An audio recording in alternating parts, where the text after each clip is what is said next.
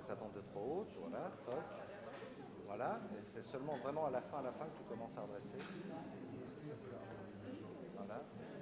Voilà, tu commences à redresser. Bravo.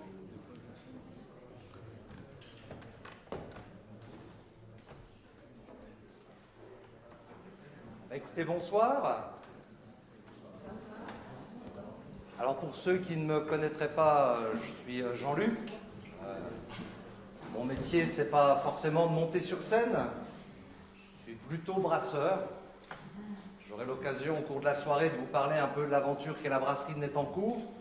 Mais si je suis là aujourd'hui, c'est parce qu'au croisement de cette expérience de création d'une coopérative, j'ai été amené à poser une question. C'est que finalement, moi, au quotidien, je suis amené à devoir vendre mes bières pour pouvoir permettre à l'entreprise de fonctionner. Et dans le cadre de la création de la brasserie de Nettencourt, j'ai utilisé plein de services qui étaient gratuits. Alors vous aussi, probablement. J'ai utilisé Facebook pour faire de la promotion. Quand j'ai eu besoin de mon premier mail, j'ai fait comme tout le monde, j'ai créé un compte sur Gmail. J'ai utilisé Google Drive pour stocker des documents. Et puis finalement, au bout de 2 ou 3 ans, vous savez, quand on n'a plus le nez dans le guidon et qu'on réfléchit un petit peu à ce qu'on fait, je me suis dit, mais comment est-ce qu'il est possible que des entreprises comme Facebook, Google, puissent perdurer alors que la totalité des services qu'ils nous proposent sont des services gratuits? Donc c'est ce qui m'a amené finalement à mener une enquête, c'est peut-être un bien grand mot, mais à tout le moins de regarder, de chercher. Et ce que j'ai découvert m'a amené à me dire qu'il fallait que je vous le partage, parce que je pense qu'on est tous des usagers de ces différents services, mais qu'on ne mesure pas forcément finalement ce qui les motive. C'est donc la raison pour laquelle je suis devant vous ce soir. Je veux vous permettre de découvrir la face cachée du web, tout en ayant bien à l'esprit que même si ce soir, ce que je vais vous montrer, c'est quand même plutôt des choses qui ne sont pas très rassurantes, voire même inquiétantes pour certaines d'entre elles, tout n'est pas noir, tout n'est pas acheté. Il y a de superbes expériences collaboratives sur Internet. Wikipédia, par exemple, c'est devenu aussi un formidable outil de construction de projets collectifs à travers le financement participatif. Mais ce soir, délibérément, je fais le choix d'attirer votre attention sur ce que j'ai pu découvrir quant à l'usage qui était fait de ce qu'on y déposait. Alors, une fois que j'ai eu fait mon enquête, je me suis dit, mais qu'est-ce que j'en fais?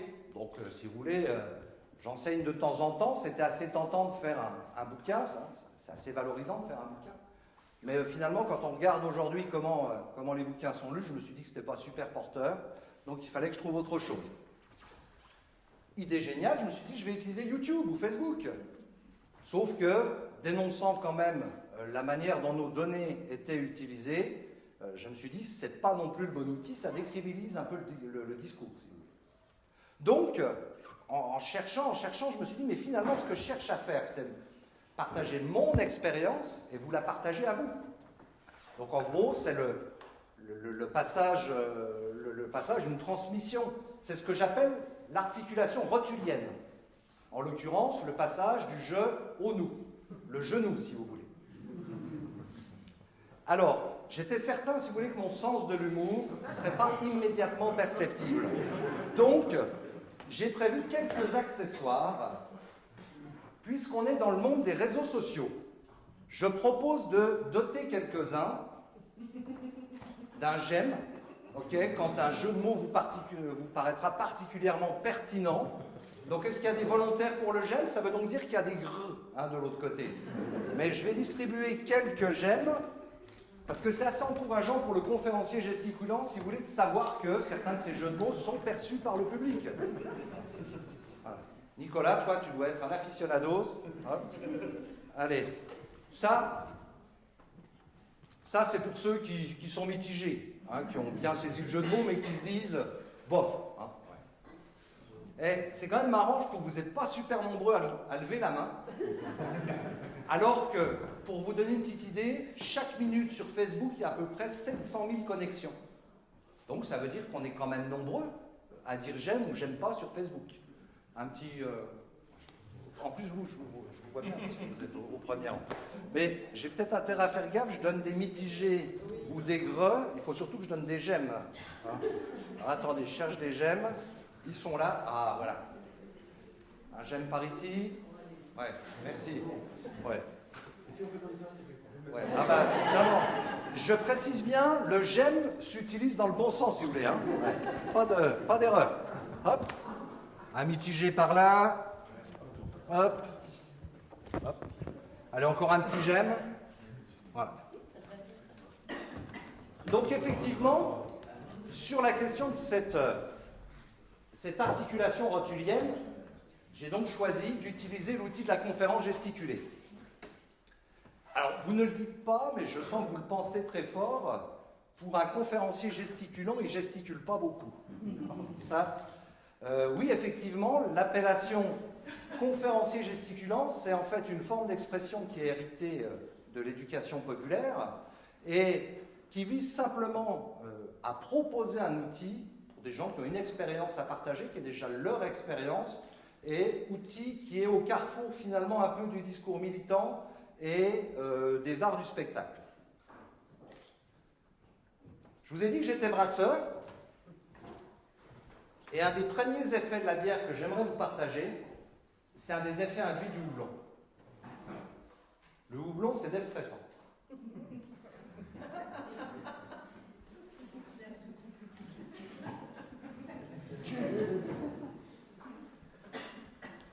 Alors pour ceux qui en douteraient, c'est ma bière. Donc la brasserie de Nettancourt.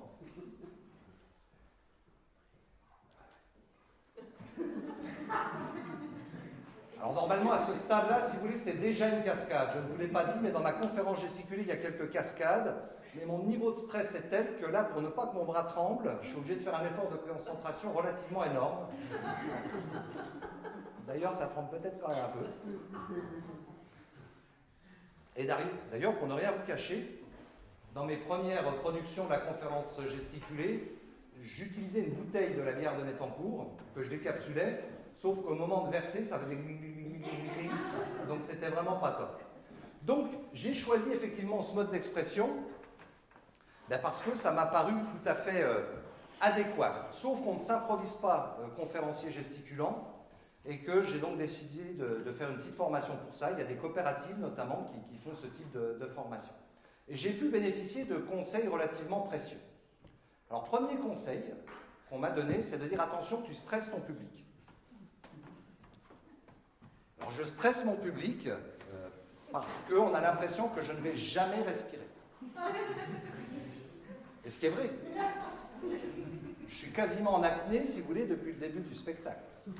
Donc, on m'a dit, prends quelques repères, donne-toi quelques éléments visuels qui vont faire que tu ne vas pas perdre de vue ce petit défaut que tu peux avoir. Donc, c'est ce que j'ai fait. Alors, ce n'est pas forcément facile de symboliser, si vous voulez, le fait de respirer. Donc, le tuba et le masque m'ont paru tout à fait, si vous voulez, adéquats. Hein ?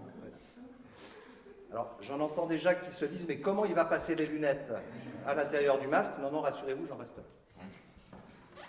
La deuxième chose, là, ça se voit beaucoup moins, mais plus on avance dans le spectacle, moins j'arrive à rester en place. Finalement, vous pourriez choper le mal de mer parce que il s'avère qu'en fait, à mi-spectacle, je finis par faire ça, si vous voulez, ce qui, du côté des spectateurs, est quand même relativement épuisant. Donc là encore, petite astuce très simple. Dans les gens qui ont suivi la formation avec moi, il y avait un technicien du spectacle qui m'a dit, écoute, le gaffeur, c'est l'outil adéquat pour tout. Donc le gaffeur, vous savez, c'est ce scotch qu'on utilise dans le domaine du spectacle, qui est super costaud. Hein. 10 tours de gaffeur, ça supporte une charge d'une tonne. Donc, je me suis dit, quelques points de gaffeur bien placés devraient faciliter et corriger rapidement ce défaut. Là, vous assistez en live à la création des accessoires. Hein. C'est le problème quand on débute. Hein. Pas trop de moyens en termes d'effets spéciaux, ou effets spéciaux, comme on veut.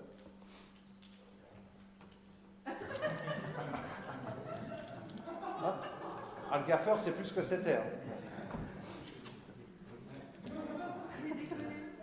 Oui, il va rester collé. Voilà, j'ai mis du gaffeur. Sauf que là, la poussière, si vous voulez, rompt complètement mon effet. Parce que normalement, ça fait un bruit d'enfer. Ouais. Et le métier de conférencier gesticulant, c'est savoir gérer l'incident aussi. Donc en l'occurrence, l'effet spécial qui ne marche pas, ça fait partie de mon job. Faire comme si de rien n'était. Voilà. Rapidement, je me suis quand même dit que ce genre d'accessoire allait peut-être nuire à la crédibilité de mon discours. Donc j'ai décidé simplement, non pas de les porter, mais de les garder dans mon champ visuel. Ce d'autant que le masque étant un peu trop petit pour moi, je dois avoir une empreinte ici, ce qui n'est pas du plus bel effet. Et deuxièmement, me gênait beaucoup quand même pour réfléchir. Un peu. Autre difficulté à laquelle je me suis confronté, c'est que le sujet sur lequel j'ai choisi de faire une conférence gesticulée est un sujet qui bouge tout le temps. Un peu comme moi. Quand je dis qu'il bouge tout le temps, c'est qu'il ne se passe pas une semaine sans qu'une information nouvelle tombe. À titre d'exemple, je peux vous donner quelques indications. Cette semaine, par exemple, est-ce que vous avez entendu parler de Knockin? Non. Eh bien, Knockin, c'est l'application qu'utilisent les militants LR, donc les Républicains, pour aller démarcher et faire de la propagande, ou plus exactement pour soutenir un candidat qui risque de se présenter, et qui géolocalise en fait la totalité des soutiens LR à partir de ce que les gens ont dit sur Facebook, sur le site des Républicains, sur le site, sur Twitter en l'occurrence. Toutes les références que je vais vous donner, je le dis tout de suite, vous pourrez les retrouver sur un site dont je vous donnerai une petite carte en fin de spectacle qui s'appelle Fais gaffe à toi. Vous pourrez aller vérifier que cette application LR, elle existe bien. Et jusqu'à la semaine dernière, en plus, elle avait un côté très sympathique, c'est que n'importe qui pouvait s'y inscrire et n'importe qui pouvait donc aller voir dans son quartier, là où se trouvaient des petits ronds bleus. Je dois dire que dans la salle, quelques-uns m'ont un peu déçu. J'ai découvert des accointances politiques avec des familles que je n'imaginais pas chez l'un ou chez l'autre. Deuxième information de la semaine, attention, ce dont je vous parle, c'est bien les choses qui émergent. Pokémon Go. J'ose pas demander qui joue à Pokémon Go dans la salle, je devrais peut-être plutôt demander qui ne joue pas à Pokémon Go. Quand on regarde effectivement la razzia, j'ai un public qui semble-t-il est atypique. Mais Pokémon Go, la particularité de Pokémon Go, aujourd'hui, c'est d'être la propriété de Google pour partie, puisque historiquement, Niantic, qui est la filiale qui a créé Pokémon Go, était un département de Google. Donc, en avançant dans la conférence, on va découvrir ensemble que ce n'est pas innocent si Google aujourd'hui est partie prenante de Pokémon Go. Deuxièmement, toute personne qui télécharge Pokémon Go aujourd'hui ne peut qu'accepter les conditions générales d'utilisation. On lui propose éventuellement de les lire. Je ne suis pas certain qu'il y en ait beaucoup qui les aient lus, il y a 11 000 mots. Et surtout, quand on lit ces fameuses conditions générales d'utilisation, Pokémon Go vous géolocalise, quel que soit le moment de la journée, que vous soyez ou pas en train de jouer à Pokémon Go. Troisième scoop, enfin scoop c'est peut-être pas le terme, mais troisième info de la semaine pour Twitter, donc qui est un des réseaux sociaux que peut-être certains d'entre vous utilisent, est probablement en passe de devenir la propriété de Google. Donc énormément d'informations qui arrivent, donc ce qui n'est pas facile pour le conférencier gesticulant. C'est quand même plus simple de faire une conférence gesticulée sur la domination, sur le non-partage de la valeur ajoutée, parce que ça, si vous voulez, ça a traversé les siècles. Donc c'est quelque chose de relativement figé qui se reproduit à travers le temps. Donc je me suis dit, Jean-Luc, il te faut un outil. Alors j'ai réfléchi à l'outil qui était le plus simple pour moi. Il fallait un outil relativement autonome, qui me permettent quand même d'avoir les chiffres dont j'avais besoin, les infos dont j'avais besoin, et puis qui fonctionne sans trop de soucis. Donc, je suis venu avec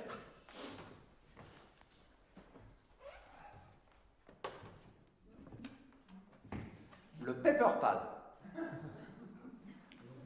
Donc le Paperpad, c'est un outil que vous connaissez peut-être, qui a un avantage exceptionnel. Le premier, pas de souci d'autonomie du produit. Pas de problème de perturbation réseau? Fonction zoom intégrée? Un simple déplacement du pouce et de l'index permet de passer à la page suivante. Donc ça, c'est... Et surtout, multiformat. Je suis sûr que vous êtes comme moi. Et je le retrouve. Vous avez un téléphone, bon, je ne sais pas quelle est la taille de l'écran, 9 ou 10 pouces, mais ça, c'est monoformat. Vous avez déjà essayé de mettre votre tablette dans votre poche arrière de... Pas possible. Eh bien, le Paperpad est multiforme. Là, je suis en version grand écran. Là, je suis en version écran moyen. Et là, vous avez la version dite smartphone, qui permet effectivement de le porter dans la main. Donc, le Paperpad, je vais l'utiliser parce que moi, j'ai un peu de mémoire de poisson, si vous voulez, et notamment sur les chiffres, je ne voudrais pas vous raconter de bêtises. Donc, j'ai noté un certain nombre de chiffres pour pouvoir les mémoriser. Si vous aviez encore un doute sur la valeur des données que vous laissez sur Internet et que je laisse, sur LinkedIn par exemple, réseau professionnel, sachez que LinkedIn a été vendu à Microsoft il y a maintenant quelques mois pour 26 milliards de dollars. Donc, ce qui valorise le profil LinkedIn que chacun a pu créer sur LinkedIn à hauteur de 60 € par personne. Moi, je trouve que j'ai déjà pas mal bossé, donc je vais vous faire bosser un peu. Vous êtes sûrement des usagers des réseaux sociaux. Donc, on va voir quelles connaissances vous avez des réseaux sociaux. Pour ça, je vous ai préparé un petit jeu de cette famille. Allez. Hop. Je vais vous en montrer quelques-uns. On va voir. Alors, dans ma formation de conférencier gesticulaire, on m'a dit, Jean-Luc, si tu fais ça, personne ne voit rien. Donc, il faut amplifier le geste.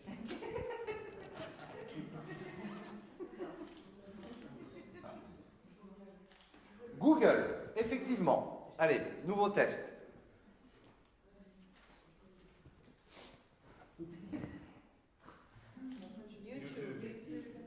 YouTube. Alors, on vient d'en citer deux, Google, YouTube. Qu'est-ce que vous faites sur Google? Des recherches. Quoi d'autre? Agenda. Agenda. Actualité. Actualité. Stockage. Stockage. Qu'est-ce que vous stockez sur Google? Des photos, des documents. Quoi d'autre? Sur YouTube, par exemple. Ouais, on stocke des vidéos. Allez, je vous en montre un autre.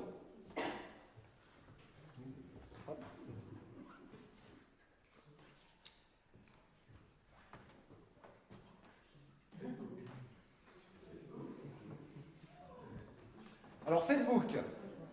Qu'est-ce que vous faites sur Facebook?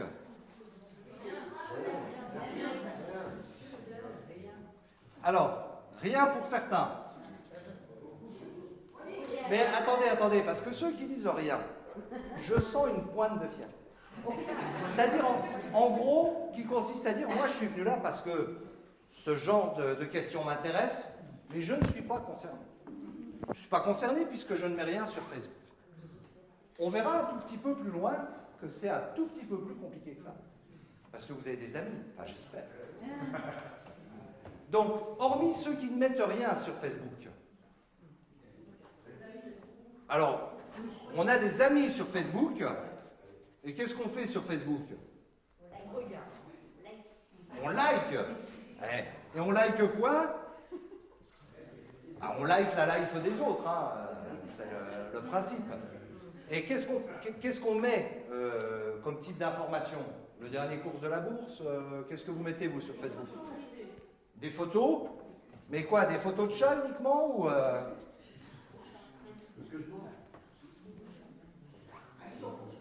Comment? Ouais, enfin, toi en caleçon de bain sur la plage, c'est pas une vraie info, hein, mais bon.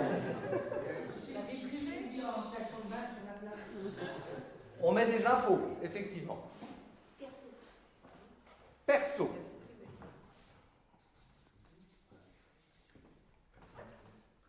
Allez, on va les défiler, je ne vais pas forcément lister ce qu'on y fait, mais par exemple.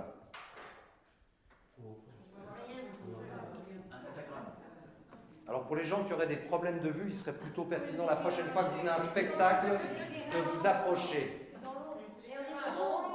Ah bah je vous ai dit que j'allais vous parler de la face cachée du web. Hein, donc, ouais. Instagram, effectivement. Allez, un petit dernier pour la route. Ah, celui-là, c'est moins évident, mais je suis sûr que vous êtes nombreux à l'utiliser. Il y en a d'autres. C'est Waze. Waze, c'est une application, c'est un GPS gratuit sur votre smartphone. D'accord ?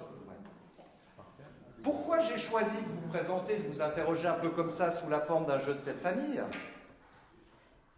Vous voyez, un jeu de cette famille, il y a 28 cartes.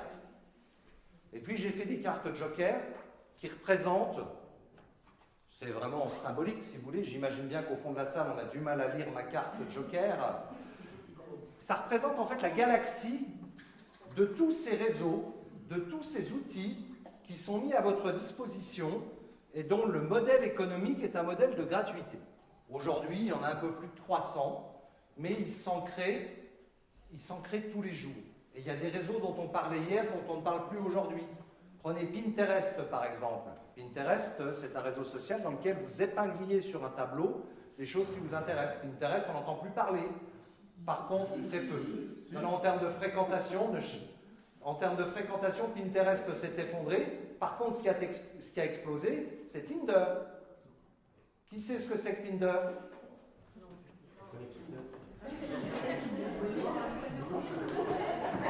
Alors Tinder Bueno, effectivement. Tinder, c'est un réseau de relations extra-conjugales pour les rencontres d'un jour. Ouais. Donc il y en a quelques-uns qui se disent ouf, je n'ai pas levé la main.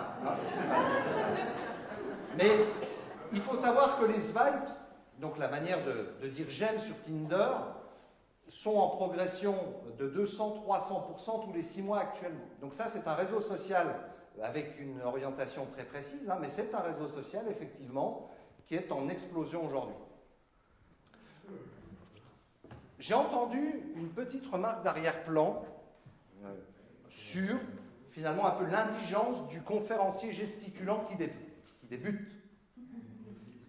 En l'occurrence, il ne devait pas avoir trop de fonds, il a piqué un jeu de cette famille à ses enfants.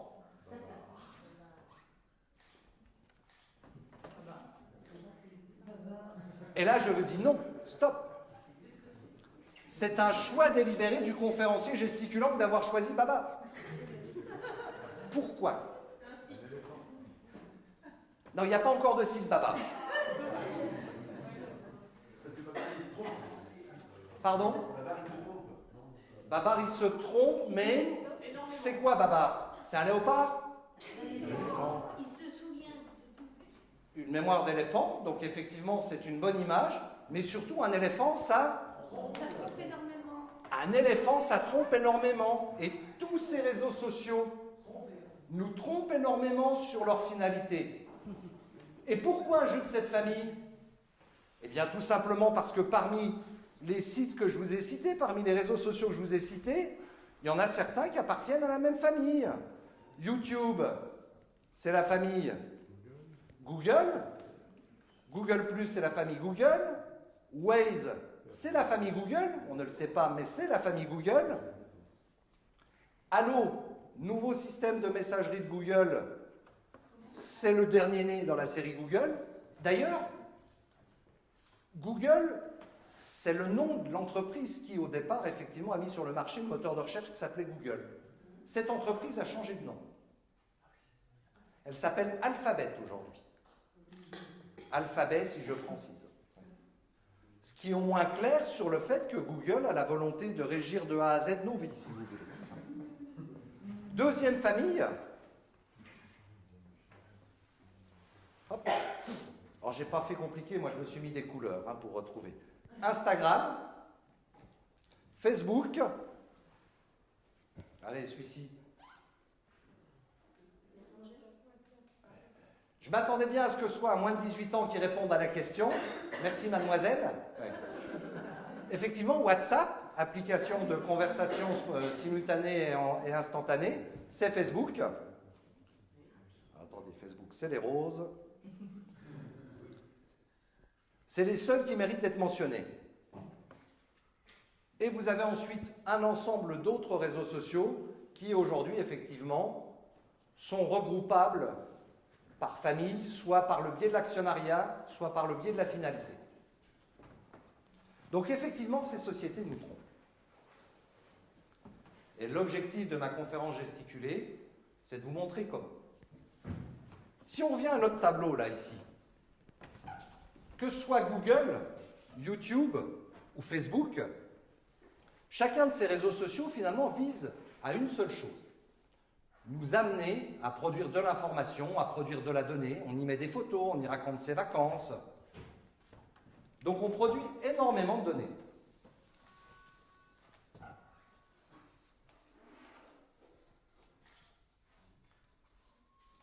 Comme on est dans un univers anglo-saxon, les linguistes auront traduit d'eux-mêmes.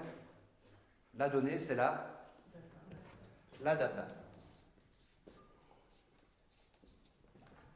Et comme il y en a beaucoup, c'est la big data. Alors sur le beaucoup, quelques précisions. C'est là où je sors mon paperpad pour ne pas me tromper, effectivement, dans mes chiffres. En 2 jours, il se produit actuellement autant d'informations que la totalité de l'humanité en a produit en l'espace de 8 millions d'années. Si on devait aujourd'hui stocker la totalité de la donnée qui est produite chaque jour, ça représenterait 5 piles de CD de la Terre à la Lune. Et ce qui n'est pas très rassurant, c'est qu'on considère que dans 8 ans, ce sera 50 fois plus important. Donc quand on dit produire de la donnée, pour vous donner une échelle de dimension, est-ce que vous avez une idée du nombre de mails qui s'écrit dans une minute dans le monde? Allez, aux enchères. Dans 3 milliards, ça ferait beaucoup. Pour le coup, il se fait 200 millions, il se produit 200 millions de mails par minute aujourd'hui. Combien de SMS?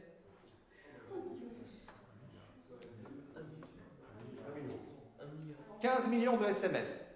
Abstraction faite du soir du Nouvel An qui est hors statistique, puisque effectivement à chaque fois l'ensemble disjoncte. Et puis pour les usagers de Google, puisqu'on a parlé de recherche, il y a approximativement 2 millions de recherches Google par minute. Top. Le temps de mon top, qui faisait 1 seconde, il y a 4 millions de mails qui viennent de partir.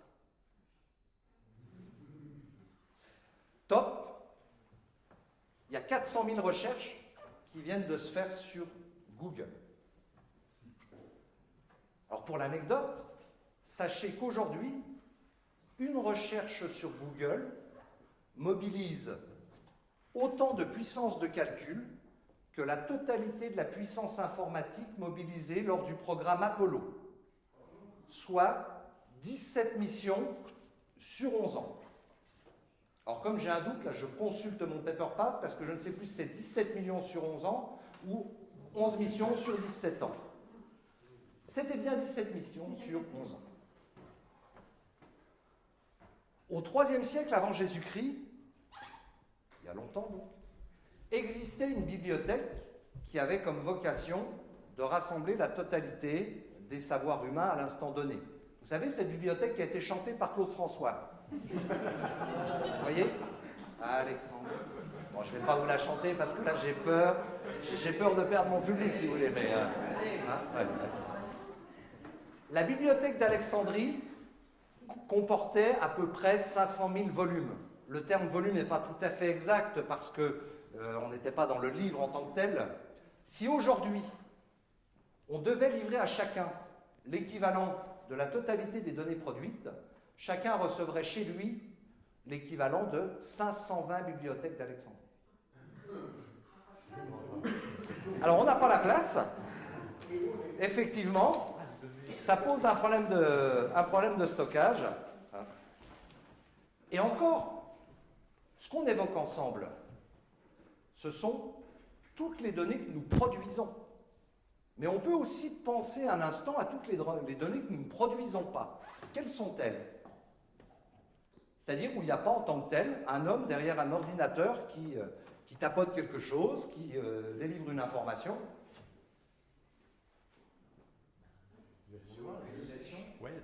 Comment? Waze, alors effectivement, il y a de la production indirecte sur des outils qu'on utilise, mais par exemple les caméras de vidéosurveillance, votre carte bancaire, ça, ce sont des flux de données. Et ces données, elles sont effectivement stockées, analysées par des entreprises qui, aujourd'hui, en tirent le meilleur parti économique. Ces entreprises, pour les désigner, et ce qui évite d'en faire la liste à chaque fois, on les a appelées les GAFA.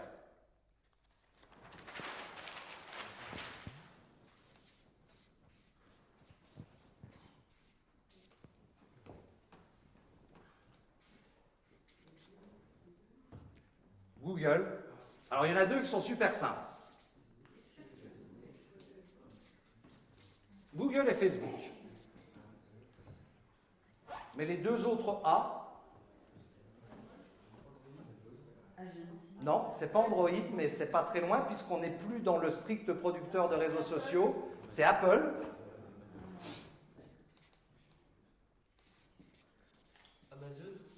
Et c'est Amazon pour le dernier.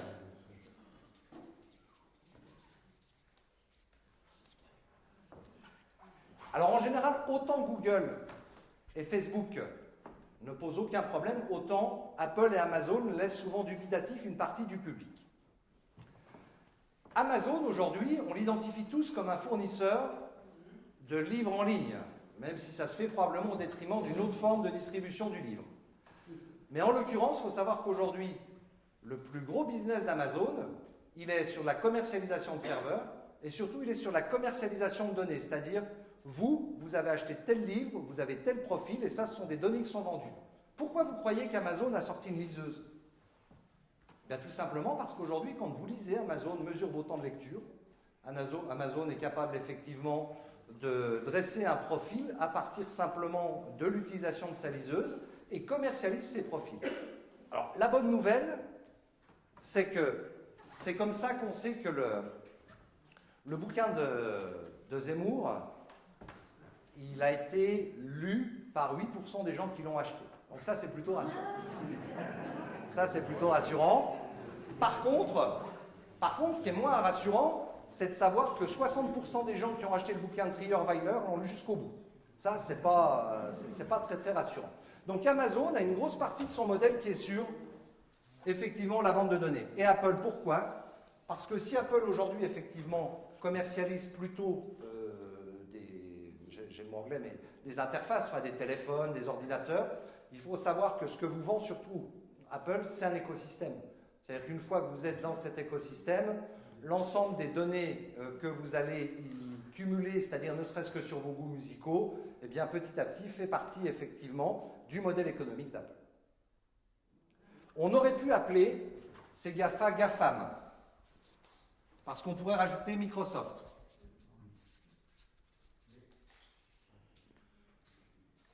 J'ai fait le choix de laisser Microsoft de côté, principalement parce que, d'un point de vue scénique, GAFAM, c'est pas toujours bien entendu, donc je suis resté sur GAFAM. Alors nos données, elles sont constamment analysées. Et c'est là où on commence à rentrer dans le vif du sujet, c'est-à-dire que on a tous été formés au fait que quand il y avait un phénomène qui se produisait, ce qui était intéressant de connaître, c'est le pourquoi. C'est-à-dire pourquoi, si je bois une bière de Nettencourt, par exemple,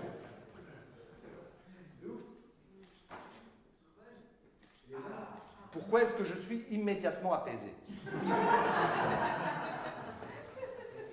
Le secret, je l'ai levé, c'est le houblon. D'accord? Il faut savoir qu'aujourd'hui, face à ces quantités de données, on n'est plus dans une logique d'analyse, de rapport de cause à effet. C'est-à-dire qu'on prend toutes les données, on les brasse, on les assemble, et on finit par identifier, merci, si vous pouviez lever un j'aime, il y a quelqu'un qui a noté le brasse au passage. Ces données, donc si on les brasse, voilà, elles vont non pas expliquer pourquoi les choses se font, mais elles vont montrer qu'il y a des parallèles à faire entre des typologies d'individus. Je vous donne quelques exemples. Google, par exemple, a été capable, avant l'Agence mondiale de la santé, de détecter une épidémie de grippe à venir. Comment est-ce que Google a fait? Tout simplement, Google a lancé une recherche, et c'est quelque chose qui reste opérationnel, hein, ils ont un système de veille, sur des mots-clés tels que reniflement, mal à la tête, fièvre, et aujourd'hui, Google est capable, avant les offices dont c'est le métier, de faire une carte d'une épidémie de grippe avant l'OMS. Ils ne savent pas pourquoi la grippe est là. Simplement, en croisant des données, donc le nombre de zones où on va trouver effectivement la formulation de telle ou telle recherche qui est corrélée au fait d'avoir la grippe, va permettre à Google de s'exprimer. Deuxième exemple, Yahoo et Microsoft ont détecté un effet secondaire de médicaments que les labos n'avaient pas détecté. Tout simplement en analysant les associations entre le médicament et des symptômes qui étaient mis sur le net par des internautes. Aujourd'hui, la police de Memphis utilise un logiciel qui s'appelle BlueCrush, qui permet à la police de Memphis de répartir ses effectifs sur l'ensemble du territoire en fonction de ce qu'ils ont appelé des zones chaudes. Les zones chaudes, c'est quoi? C'est des zones où ils pensent qu'éventuellement il y a un risque accru de criminalité. Quelles sont les données qu'aujourd'hui BlueCrush analyse? J'en ai fait la liste, je n'ai pas fait une liste exhaustive, hein, mais c'est est-ce que c'est jour de paye ou pas? Est-ce le profil des populations? La nature des rencontres sportives, la fréquence des incendies, etc., etc. Donc si vous voulez, on est bien loin de vouloir comprendre. On se contente d'assembler énormément de données, de regarder celles qui peuvent effectivement s'associer, et à partir de ça, on en déduit un certain nombre de comportements ou d'attitudes. Ces outils qui servent à croiser toutes les données sont des algorithmes.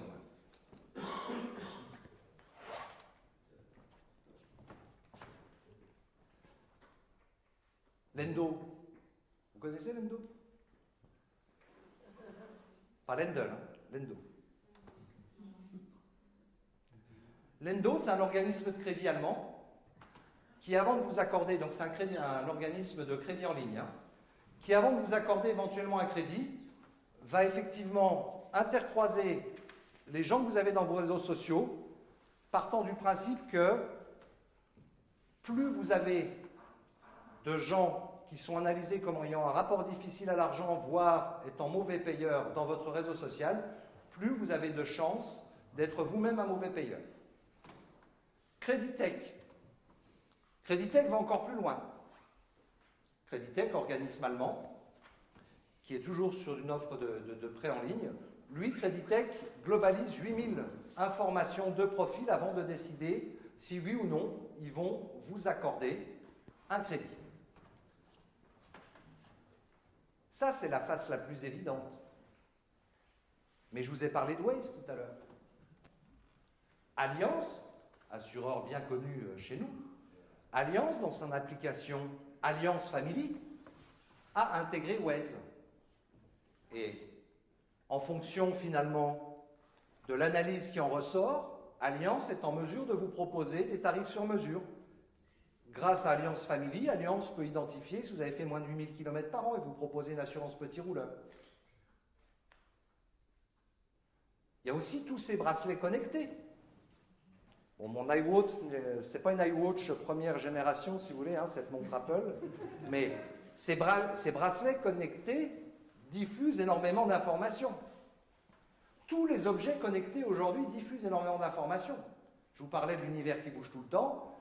Il y a 15 jours, une Canadienne a porté plainte contre une société qui fabriquait des sextoys connectés pour non-respect de la vie privée, parce qu'effectivement, il y avait transmission des données sur une plateforme et exploitation des données.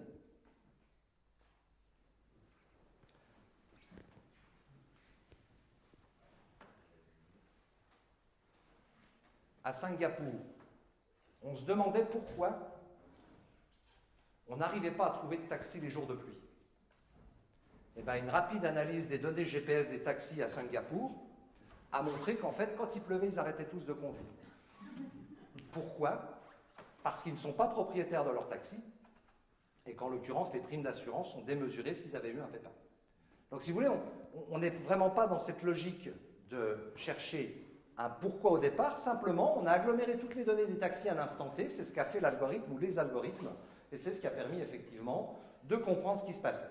Donc ça, c'est le premier champ. Le deuxième champ, vous le connaissez bien, c'est ce qu'on appelle l'autocomplétion. Alors ça, c'est un gros mot. Quand vous êtes dans votre fenêtre Google, vous savez, vous tapez un mot, et puis toc, Google vous propose. Voilà. Alors, on peut dire déjà que l'autocomplétion Google est un peu révélatrice des maux de notre société. Faites le test vous-même, moi je l'ai fait, et je vais vous donner ce que me suggère Google en tapant certains textes. J'ai 27 ans, donc c'est la première suggestion de l'autocomplétion. Alors moi, j'ai pas 27 ans, s'il y en a qui ont un doute. Hein. Je suis un peu plus âgé, hein. Pas beaucoup, mais un tout petit peu. J'ai 27 ans et je ne sais pas quoi faire de ma vie. J'ai 10 ans. J'ai 10 ans et j'ai fait l'amour. J'ai 15 ans. J'ai 15 ans et je ne veux pas mourir. Et je ne dis pas ça pour vous tirer une larme ou susciter un moment dramatique dans ma conférence gesticulée. Faites le test vous-même. Tapez un début de phrase. Tous les musulmans iront en enfer. Voilà ce que vous propose Google aujourd'hui. Alors je me suis dit, moi, il y a un sujet qui m'intéresse un petit peu, c'est Linky. Linky. Vous savez, ce compteur intelligent qu'on veut mettre chez vous. Il est tellement intelligent qu'il est capable de communiquer ce que vous consommez, à quel moment vous le consommez. Et ce que Google m'a renvoyé, c'est Linky bientôt chez vous. Ah oui, Linky bientôt chez moi, c'est sûr que c'était mon interrogation. Moi, j'en veux pas de Linky. Hein. Donc derrière, ça va plus loin que ça. C'est-à-dire qu'au-delà simplement de l'analyse des données, c'est aussi un outil de promotion. Et dans le même ordre d'idée, on est au-delà de la promotion et de l'orientation dépensier, c'est que Google, avec la totalité des données qu'il capte aujourd'hui, met chaque année à jour votre profil à peu près 600 fois. Et ce n'est pas anodin. Si vous avez été identifié, alors là c'est une étude qui a été faite aux États-Unis par Elie Parizel, donc je vais schématiser en disant droite-gauche, hein, mais c'est un peu plus compliqué que ça. Si vous êtes identifié comme étant de gauche et que vous tapez British Petroleum, donc compagnie pétrolière, les premiers résultats que vous renvoie Google, c'est en fait tout ce qui touche aux dernières marées noires de BP. C'est une étude qui a été faite à la Stanford University. Si à l'inverse, vous avez été identifié par Google comme étant plutôt un mec de droite ou une femme de droite, ce qui vous est renvoyé, c'est plutôt investir dans British Petroleum, c'est plutôt des cours de bourse. Cette question du profilage, elle va très très loin, puisqu'aujourd'hui, à travers l'analyse des goûts musicaux, effectivement, on a été capable de dresser une carte relativement fidèle du vote aux États-Unis entre républicains et démocrates. Uniquement, si vous voulez, sur l'analyse des goûts musicaux, c'est-à-dire vous écoutez ça, on ne sait pas pourquoi, rappelez-vous ce que je vous ai dit sur les algorithmes, mais par contre, dans cette famille de gens qui écoutent ça et qui en plus habitent tel endroit et qui éventuellement ont telle voiture et qui éventuellement achètent tel bouquin, il y a une probabilité forte que vous soyez votant de telle famille politique. Alors il y a un truc que je ne vous ai pas dit, c'est que moi, comme dirigeant d'une brasserie coopérative, je suis quand même bien loin de ce genre ce genre de questions, et même en termes de chiffre d'affaires. Par contre, ce que je ne vous ai pas dit, c'est pourquoi je suis devenu brasseur. Parce que finalement, ce n'est pas complètement étranger au sujet de ma conférence gesticulée, puisque pendant une dizaine d'années, j'ai été dirigeant d'une PME, qui faisait quelques millions d'euros de chiffre d'affaires et avec une cinquantaine de salariés. Et puis un jour, je me suis dit, ce n'est pas forcément ce que j'ai envie de faire. L'élément déclenchant, c'est en 2007, un philosophe croisé sur ma route, que vous avez probablement croisé. Alors si je vous le fais en latin, ça donne plura ad acquirat maius. C'est énorme. Plura ad acquirat maius. Travailler plus pour gagner plus.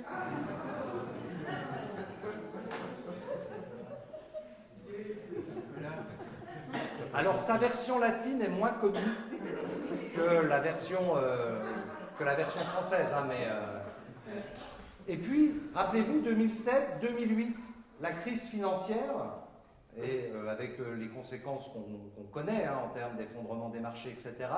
Et finalement, pour moi, la véritable prise de conscience qu'il y avait une espèce de déconnexion entre la réalité de la finance et la vie économique et l'activité humaine, tout simplement.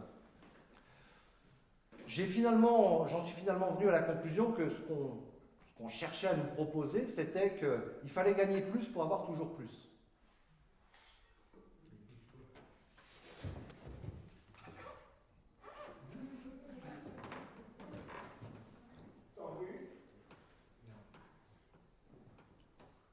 À consommer avec modération. Ce qui fait que vous n'êtes jamais tout seul. Puisque vous consommez avec modération.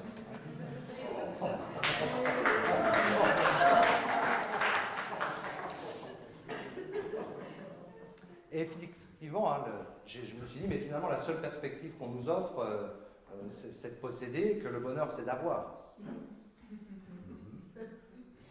Là, je sens que certains la sentent venir.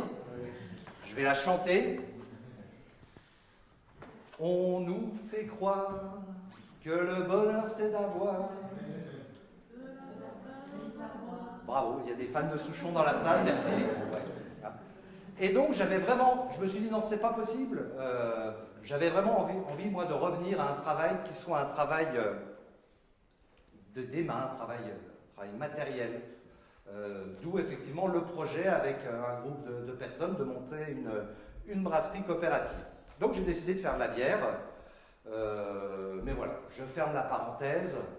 Ce qui n'est pas très difficile dans la mesure où je ne l'avais pas ouverte, hein, mais j'en reviens à mes big data. On stocke nos données, on les exploite, mais finalement, le plus dangereux pour moi, c'est que finalement, qui dit big data, dit Big Brother.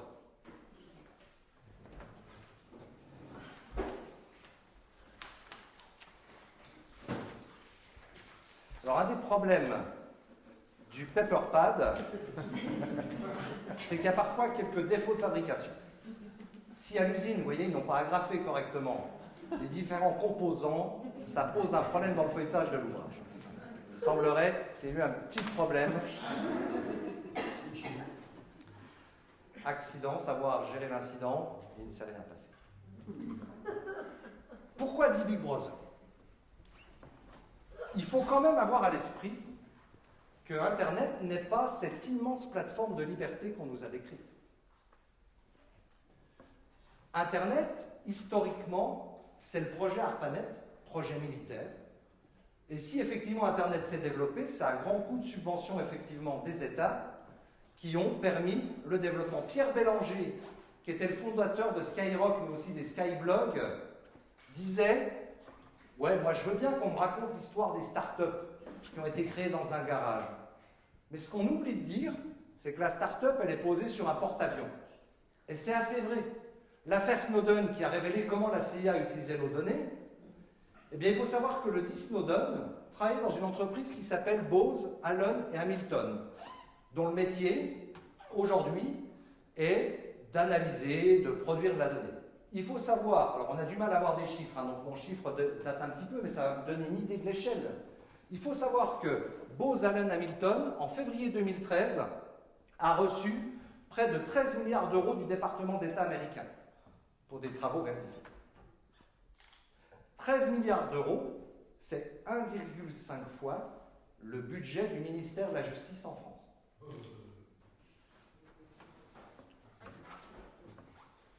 Depuis 2001, les États-Unis ont promulgué ce qu'ils ont appelé le Patriot Act, donc qui vise effectivement à se prémunir contre les attaques terroristes via une surveillance de masse qui est organisée. Sauf que le Patriot Act, si vous voulez, qu'est-ce qu'il dit? Le Patriot Act, il dit que vous, les données que vous avez mises sur Facebook qui sont sur serveur aux États-Unis, l'État américain se réserve le libre droit d'y accéder s'il soupçonne que vous puissiez fomenter un attentat peut-être demain. Alors comme ça devenait un tout petit peu trop visible, et que ça se fait avec la complicité des entreprises de la technologie, là récemment vous avez peut-être entendu parler de Apple qui était en conflit avec le FBI. Parce que Apple voulait surtout ne pas donner ses clés d'accès. Il y a un haut responsable du renseignement américain qui disait de toute façon un iPhone, pour ne pas qu'il transmette vos données et pour pas qu'on puisse l'exploiter, il faut le démonter, retirer sa batterie et l'enterrer sous terre. C'est la seule manière d'être sûr qu'il vous transmette. En 2014, le Bild, journal allemand, a montré qu'il y avait une application qui s'appelle Dropujit, une petite application qui était en fait une porte dérobée sur votre iPhone et qui lui permettait de transmettre, notamment à destination effectivement des services de renseignement américains, des données si besoin en était. Alors quand je dis ça, je ne pointe pas du doigt le grand méchant américain, parce que nous en France on est pas mal non plus. Hein. En France, dans le cadre de la loi des dispositifs et de l'état d'urgence qui ont été mis en place suite aux attentats, la loi permet par exemple à l'EMON de mettre en place ce qu'on appelle un IMSI Coacher. IMSI Coacher, c'est quoi? C'est une petite borne à un endroit donné qui, dans un rayon de 500 mètres, va capturer la totalité des conversations téléphoniques. C'est pour surveiller un, on surveille tout le monde. Donc vous voyez, Big Brother n'est pas si loin. Mais surtout, l'État français, chaque année, sollicite Google pour 2 à 3 000 demandes de renseignements sur des individus. Donc qu'est-ce que c'est qu'une demande de renseignement Google? C'est tout simplement Google qui transmet la totalité de votre historique. C'est Google qui transmet la totalité des informations que vous avez déposées sur Internet. Et c'est potentiellement la possibilité de retracer la totalité de votre activité. Alors vous voyez ce qui est en train de se passer. Là, je suis obligé de passer à un stade supplémentaire de gestion de l'incident. Ce qui est en train de se passer, ça ne se produira jamais. Les GAFA ne se casseront jamais la gueule. C'est pas possible.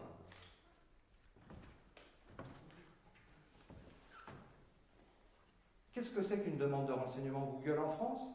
Eh bien, c'est l'histoire de Nasser. Nasser, donc Nasser, je dis que le prénom, non pas par souci de confidentialité, mais parce que j'ai oublié son nom. Nasser, il travaillait chez Veolia.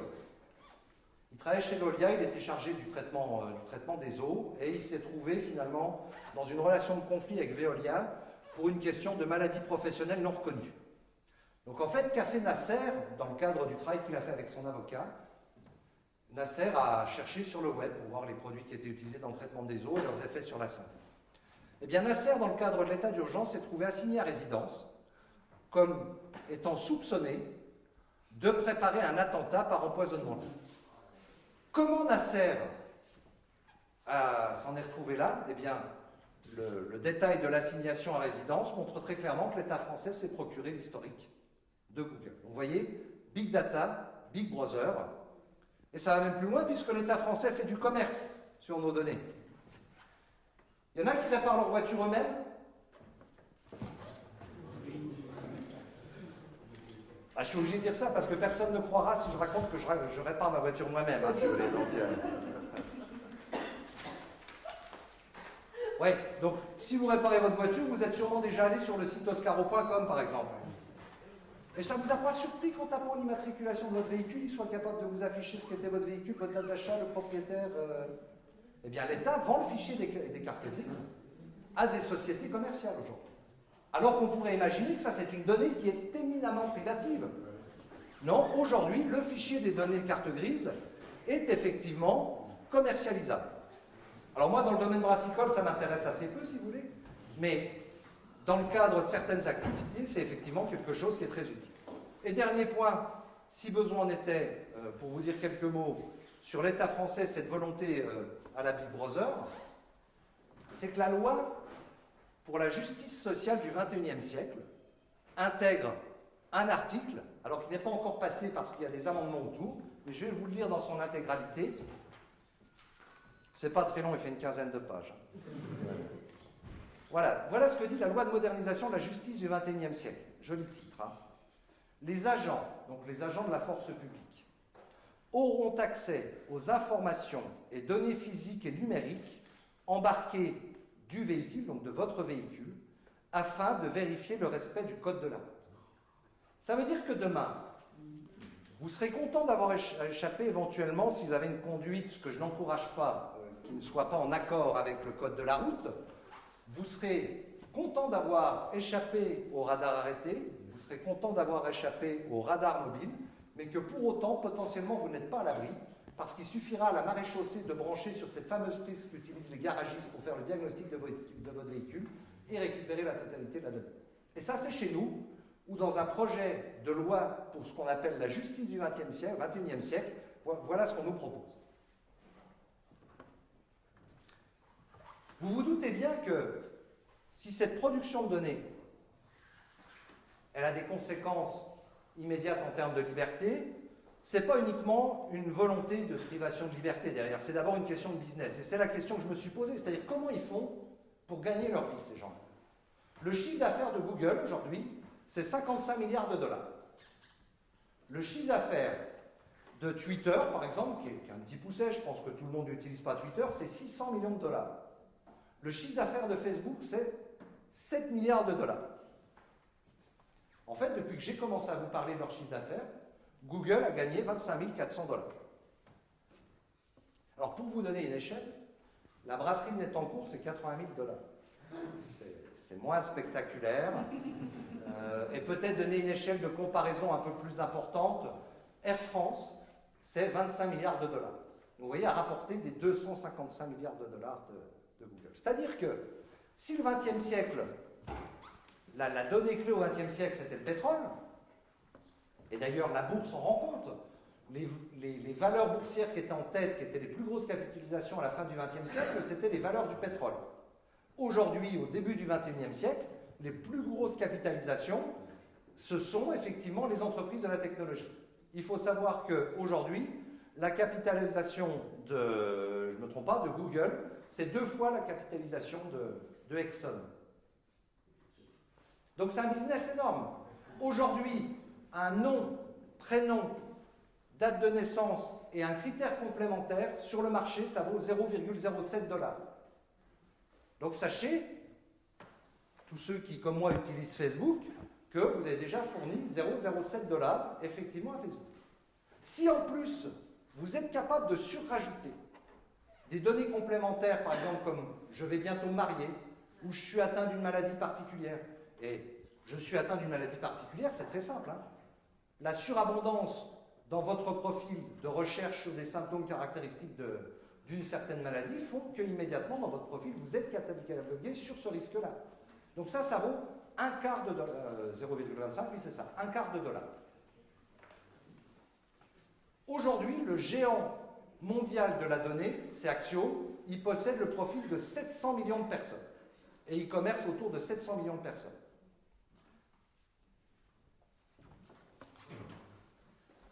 Alors vous voyez, les actionnaires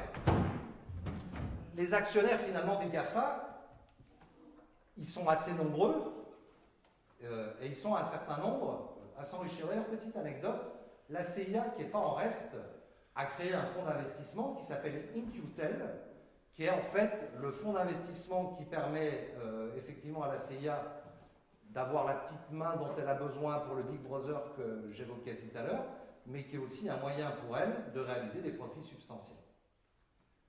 À la brasserie de Nettencourt, les actionnaires sont moins riches. Alors déjà, ils sont moins nombreux. Il y a 35 actionnaires à la brasserie de Nettencourt. Et en plus, comme je vous l'ai dit, c'est une brasserie coopérative. Donc c'est un modèle qui est complètement différent de ce que je vous raconte à propos des GAFA. Parce qu'en fait, qu'est-ce que c'est qu'investir aujourd'hui dans le modèle coopératif, à la différence de l'investissement dans les GAFA?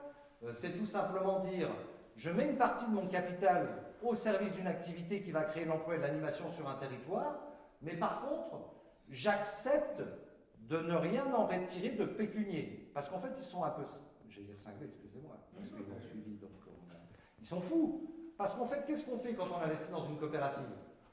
Eh bien, en gros, on vous dit, écoute, toi, Coco, tu vas mettre 50 €, mais si demain la brasserie de Nettencourt est plus grosse que Heineken, tes 50 € vaudront toujours 50 €. Deuxième chose, on vous dit, quand vous investissez dans une coopérative, de toute façon, il n'y aura pas de distribution de dividendes. Donc, il faut croire que la valeur ajoutée est ailleurs. Et c'est effectivement ce en quoi ont cru 35 personnes qui, aujourd'hui, donnent corps à la brasserie de Nettencourt et à cette bière à l'effet apaisant.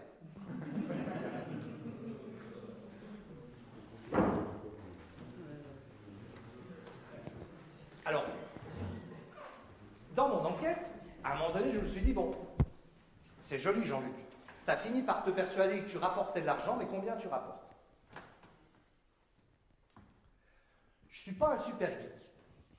J'utilise les réseaux sociaux, notamment Facebook, pour la promo de la brasserie de Nettencourt, pour la promo d'autres activités, mais vous ne verrez pas raconter mes vacances sur Facebook. Eh bien pourtant, grâce à des outils dont vous retrouverez la liste, donc si vous avez envie de le faire pour vous, faites-le, sur faigafatoi.org, qui est le site internet rattaché à la conférence gesticulée, j'ai découvert, donc, via un petit outil qui s'appelle PrivacyFix,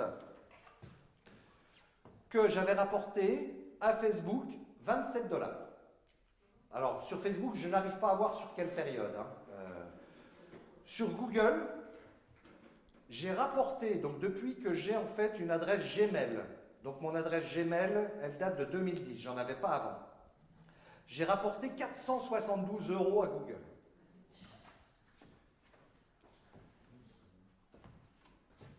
« 472 € à Google. Comment ça fonctionne? Et comment j'ai rapporté de l'argent à Google? Eh bien, tout simplement,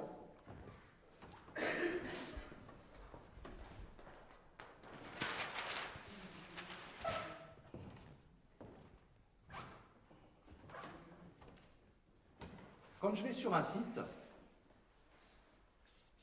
je vais prendre le site de l'équipe, par exemple. J'aurais pu prendre 20 minutes. Vous avez effectivement toutes ces informations que vous y cherchez. Mais à chaque fois que je vais sur le site de l'équipe, j'ai une petite information qui est là et qui envoie des informations à une galaxie d'autres sites. Il informe Amazon que je suis allé voir les résultats de la Formule 1. Il va informer Decathlon du fait que j'ai regardé les résultats du running, etc., etc. Sur le site de 20 minutes, j'ai fait le test sur le site de 20 minutes avec un petit logiciel qui s'appelle Lightbeam. Il y a 116 sites qui sont informés de ce que j'ai fait sur le site de 20 minutes. Vous connaissiez à mon avis la version la plus classique, c'est-à-dire que vous êtes allé sur sarenza.com pour voir des chaussures et le site d'après on vous colle la pub de chaussures. Ça c'est ce qu'on appelle les cookies de première catégorie. Vous avez maintenant des cookies tiers dont le boulot c'est plus du tout de vous afficher la pub sur les shoes Sarenza que vous aviez choisi, mais c'est tout simplement de transmettre à une galaxie de sites quelles sont vos habitudes et quelles sont vos informations. On parle de cookies, on parle de crackers. C'est la cuisine interne, si vous voulez, des GAFA. Je finis par m'avoir avec mon allégorie, c'est pas des crackers, c'est des trackers. Et là, normalement, j'aurais aimé voir un gel qui se lève parce que le lien entre cookies, crackers et cuisine était quand même particulièrement rusé. Mais manifestement, il faut que je travaille encore cet aspect-là.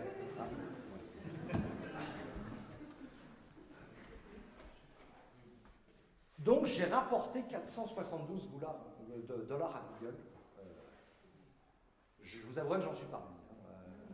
Parce que quelque part, c'est l'anti-modèle de ce que je défends aujourd'hui, de ce que j'ai envie de défendre. Et donc, je me suis dit, bah, Jean-Luc, stop, terminé.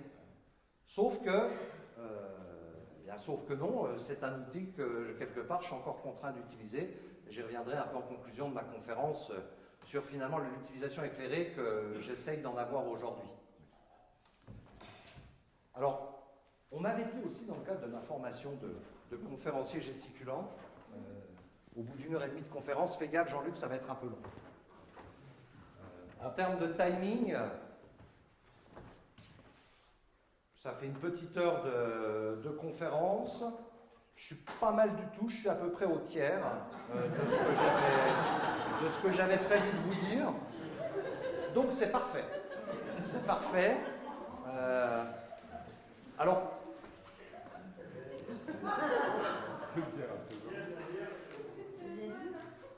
pour le sportif de longue haleine, si vous voulez, la bière, c'est une boisson importante. Il y a des sels minéraux qui sont rapidement assimilés par l'organisme, ce qui permet effectivement de tenir dans la durée. Donc pour ceux qui n'en ont pas pris, je pense que vous allez le regretter d'ici 1 heure ou 2, mais...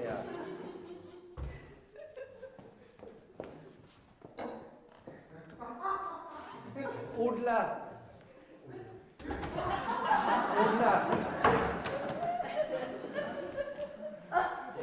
on lance une bouteille d'eau. Au-delà de ce que je vous ai dit là, au-delà de cet argent qui est fait effectivement par des échanges de flux publicitaires, pour moi il y a pire. C'est ce que un sociologue italien a qualifié de...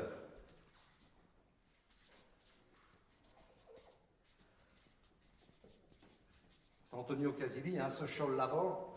C'est-à-dire qu'aujourd'hui, quand vous y réfléchissez bien, Google, Facebook se font de l'argent alors que c'est vous qui bossez. Ben oui. Vous écrivez des posts qui vont arriver sur le mur de vos amis. Vos amis vont lire ce mur-là, et pendant ce temps-là, Google affichera une pub qu'elle a vendue à quelqu'un d'autre.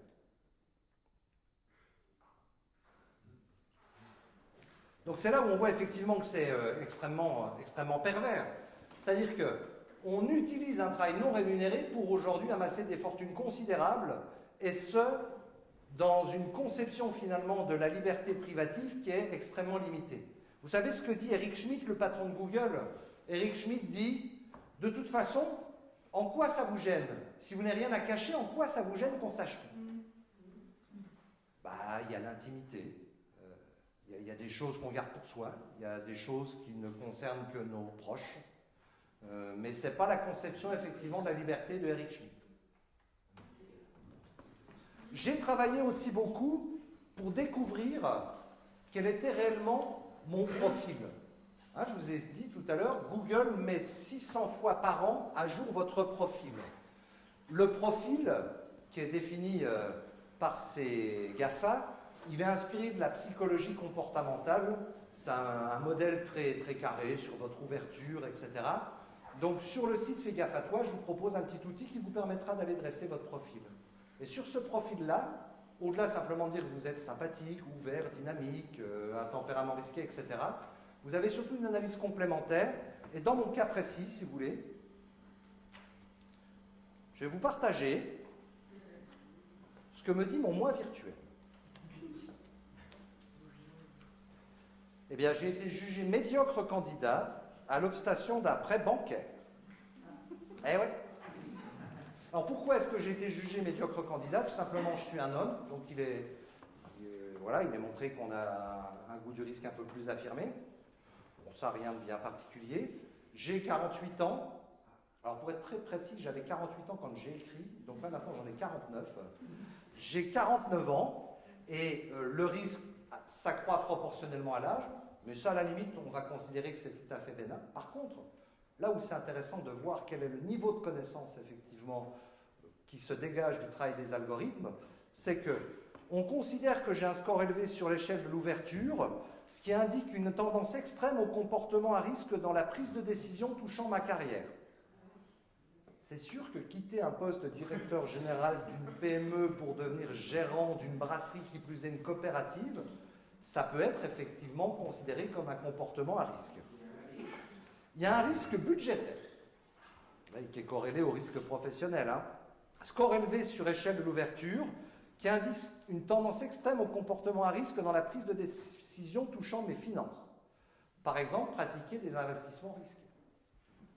Si vous allez sur ce petit lien que je vous propose sur le site internet, vous allez découvrir la relecture de votre profil et donc vous allez finalement voir comment Google vous voit, comment Facebook vous voit. La deuxième mauvaise nouvelle, mais je ne vais pas m'étendre dessus, c'est que je ne pourrais pas souscrire un contrat d'assurance standard. Manifestement, c'est pas possible. Déjà parce qu'effectivement, je suis un homme et j'ai 49 ans, mais aussi pour d'autres raisons, effectivement, qui ont été analysées par les algorithmes.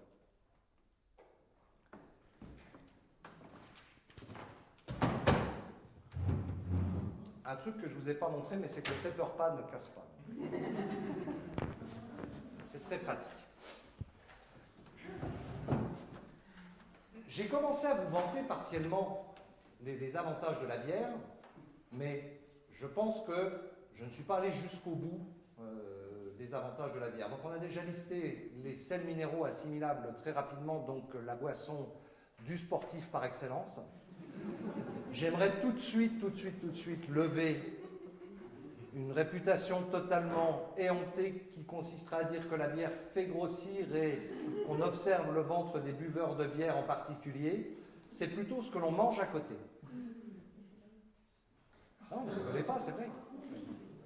En l'occurrence, la bière a un effet diurétique particulier. Faites l'expérience. Buvez 1 litre de bière, buvez 1 litre d'eau. Vous verrez que vous irez plus vite aux toilettes avec 1 litre de bière qu'1 litre d'eau. Donc par essence, la bière facilite la diurèse et facilite donc l'élimination. Deuxième qualité de la bière est galactogène.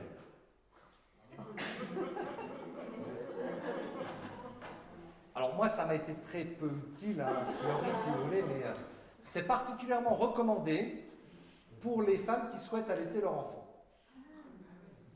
Alors, avant d'avoir une levée de bouclier sur les conséquences santé, je précise bien que quand je dis il est conseillé de boire de la bière, c'est au sens de l'OMS, l'Organisation mondiale de la santé. C'est-à-dire, pour un homme, navré, c'est une statistique et une référence qui est mondiale et éprouvée, pour un homme, c'est maximum 2,5 par jour, pour une femme, c'est 1,5 par jour. Eh oui. Troisième point fort de la bière, c'est que ça offre une protection dans le cadre que j'ai décrit, c'est-à-dire maximum 2,5 par jour pour un homme et 1,5 pour une femme. Ça offre une protection contre les maladies cardiovasculaires. Vous savez, c'est ce qu'on appelle le French Paradox.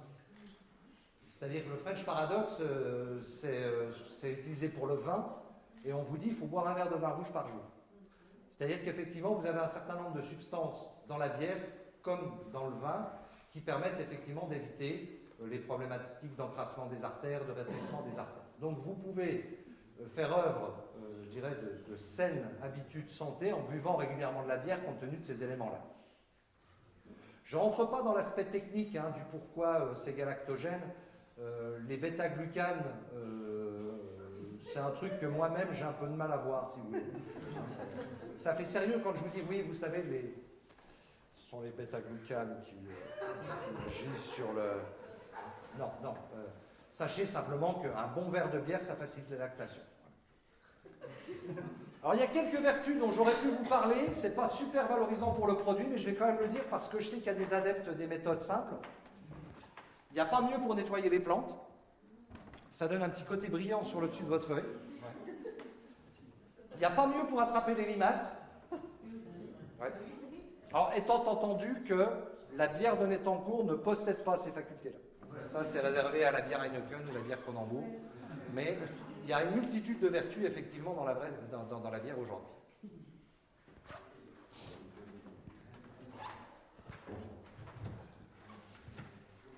Est-ce que je vous ai dit que ça allait bien pour laver l'étain?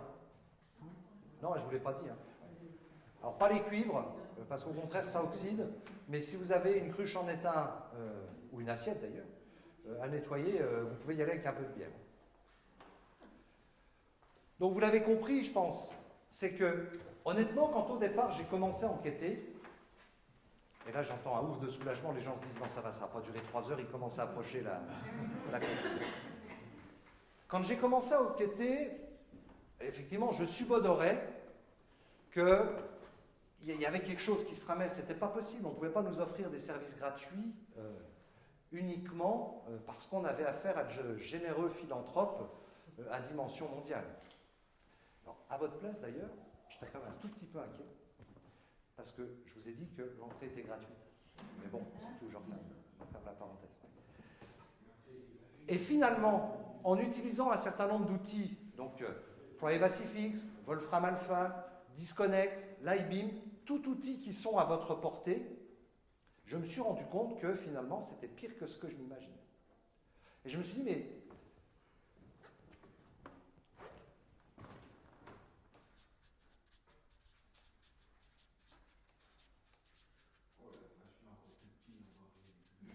non, je notais parce qu'il faut progresser quand on fait une conférence gesticulée et c'est le 137e, je me suis dit que je vous dis dans la soirée. Donc ça c'est juste pour l'avoir là. Donc je me suis dit, pardon. Je me suis dit, mais comment finalement j'en suis arrivé là? Parce qu'on ne m'a pas contraint. Et qu'est-ce qui fait qu'aujourd'hui, je me retrouve à faire le constat que j'utilise des services qui font de l'argent sur mon dos et qui divulguent très largement finalement des profils qui sont simplement générés par des algorithmes et des amalgames de données? Eh bien, la première chose que j'ai constatée, c'est que je n'ai jamais lu une seule condition générale d'utilisation. Jamais. Facebook, je n'ai jamais lu une condition générale d'utilisation. Et donc, je m'y suis collé. Et j'ai pour vous un petit florilège de quelques conditions générales d'utilisation. Et j'en reviens à ceux qui disaient tout à l'heure, moi je m'en fous, je ne suis pas sur Facebook. Alors, je ne vous les fais pas toutes parce qu'en général, les conditions générales d'utilisation, vous avez un tout petit appendice en français, mais qui renvoie aux conditions générales en anglais. Et je vous ai donné tout à l'heure le nombre de mots des conditions générales d'utilisation de Pokémon Go, 11 000 mots. Donc, alors, les informations personnelles, donc Google, si vous avez vraiment une vraie passion pour ce genre de texte, vous pouvez vous y plonger. Les informations personnelles que vous fournissez pour l'un de nos services sont susceptibles d'être recoupées avec celles issues d'autres services Google. Pour moi, ça mérite d'être clair. C'est-à-dire qu'on capte vos infos et effectivement, on les recoupe. Alors ça par contre, je pense que moi, j'en étais pas du tout conscient. Les informations que nous collectons lors de votre utilisation de nos services, nous sommes susceptibles de collecter des informations relatives aux services que vous utilisez à l'usage que vous en faites. Par exemple, lorsque vous vous rendez sur un site web sur lequel nos services publicitaires sont utilisés, ou lorsque vous consultez nos contenus ou les contenus de nos annonceurs. Ça veut dire que même si vous n'êtes pas inscrit sur Google, simplement, c'est-à-dire si vous n'avez pas de Gmail, si vous n'avez pas de profil, simplement le fait d'utiliser le moteur de recherche, Google s'autorise à cumuler et à stocker votre donnée. Et là, vous dites, oui, mais je n'ai pas mis mon nom. Sauf que, aujourd'hui, on vous géolocalise, c'est-à-dire qu'un ordinateur est caractérisé par une adresse IP, donc on sait où vous êtes, et que si en plus vous êtes usager de Google avec votre smartphone, aujourd'hui, compte tenu des modes d'enregistrement des données des smartphones, le parallèle est très rapidement fait. Facebook est très fort. Vous nous autorisez à utiliser vos noms, photos de profil, contenus et informations dans le cadre d'un contenu commercial sponsorisé ou associé. Cela implique par exemple que vous autorisez une entreprise ou une autre entité à nous rémunérer pour afficher votre nom et ou la photo de votre profil avec votre contenu ou vos informations sans vous verser de dédommagement.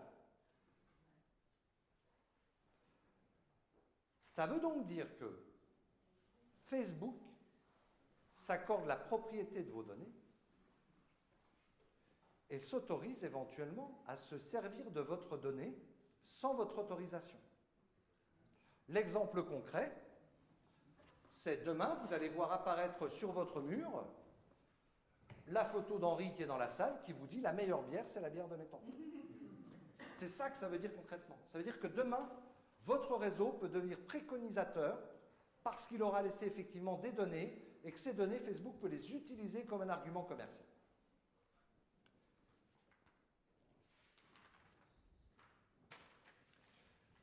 Petit quiz. Un contenu supprimé sur Facebook est bel et bien supprimé à jamais. Vrai ou faux? Alors je vous dis comment c'est bien tourné. Cependant, vous comprenez que les contenus supprimés peuvent persister dans des copies de sauvegarde pendant un certain temps. Dans la suite de ce que je vous disais tout à l'heure, Facebook peut faire apparaître certaines de tes données dans une publicité sans te demander ton accord ni te demander de rémunération. Vous avez la réponse à la lumière, effectivement, de ce que je vous ai dit. Lorsque tu utilises ou télécharges une application via Facebook, cette application peut accéder à toutes tes données et les utiliser comme bon lui semble sur le même principe que Facebook.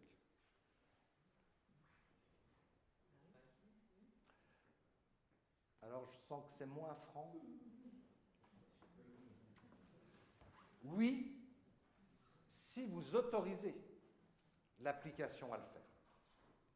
Sauf que, il y a de plus en plus d'autorisations qui ne sont pas explicitement demandées. L'exemple, c'est Pokémon Go. Pokémon Go, effectivement, ne vous dit pas accepter les conditions d'utilisation. Pokémon Go vous dit dès lors que vous acceptez de jouer, vous acceptez les conditions d'utilisation et les conditions générales de Pokémon Go.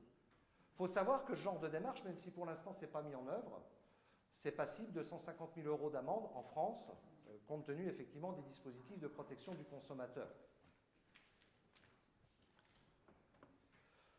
Vous l'aurez compris,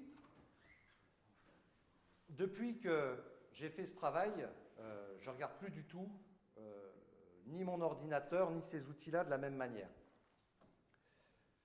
Depuis que j'ai croisé cette Canadienne qui était en arrêt maladie pour dépression et qui a vu son assurance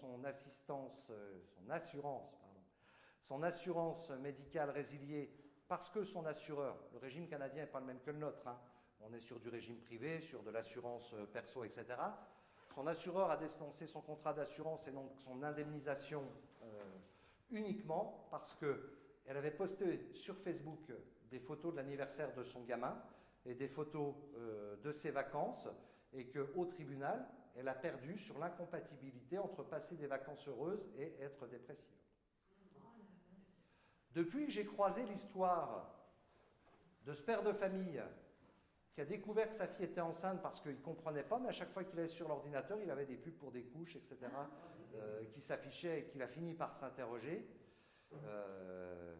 Depuis que j'ai découvert l'histoire de Nasser, je me dis, il faut absolument que je change mes manières de faire. Donc effectivement, maintenant, je prends le temps de lire les conditions générales d'utilisation. Et même si c'est galère, même si c'est chiant, il faut le faire. Parce que ne pas le faire, c'est donner un blanc-seing à ces sociétés dont j'ai décrit finalement les mécanismes d'appropriation des données. Pokémon Go, Niantic, qu'est-ce que dit Niantic? Niantic dit dans ses conditions générales d'utilisation, nous considérons que les données que vous déposez font partie du capital de l'entreprise. Vous n'êtes plus propriétaire de votre données. Donc sa première chose, effectivement, lire les conditions générales d'utilisation. Deuxième chose, c'est effectivement restreindre les permissions. Vous pouvez désactiver sur Facebook la géolocalisation. Pas plus tard que cet après-midi, pour la brasserie, j'intervenais à côté de Ligny-en-Barrois. J'ai fait une photo à la demande de la personne pour qui je travaillais.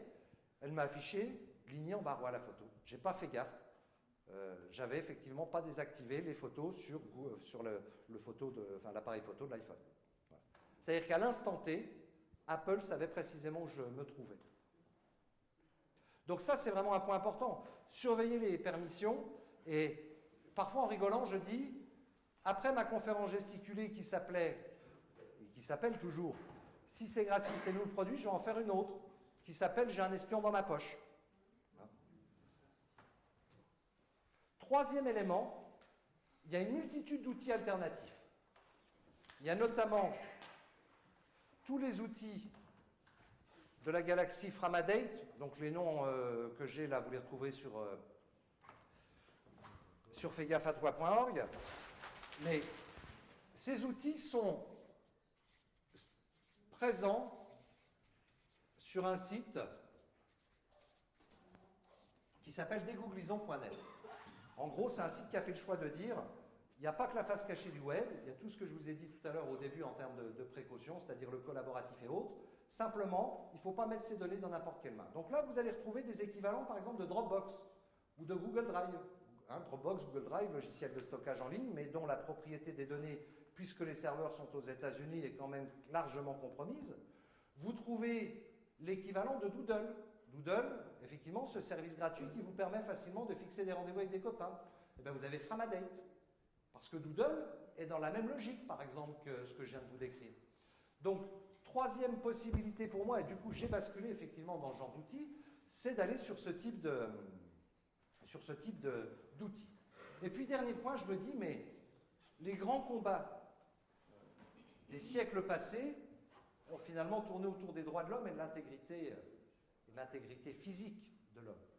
Et là où collectivement, je pense qu'on a tous à se battre, c'est sur la vraie création, la vraie existence d'un homme numérique. Et surtout sur la vraie création d'une intégrité de l'homme numérique. Et pour ça, je vous invite à rejoindre les initiatives qui sont aujourd'hui en cours, et en particulier la Quadrature du Net, qui fait un énorme boulot pour qu'on puisse s'organiser et pour que finalement les droits de l'homme numérique puissent émerger. Sur ce, je vous remercie d'avoir pris le temps d'écouter effectivement mon aventure sur ces réseaux et au cœur de ces multinationales finalement de la donnée. Et puis, je vous invite à vérifier quand même l'ensemble des bienfaits de la bière de Nettencourt en allant vous servir au bar. Merci.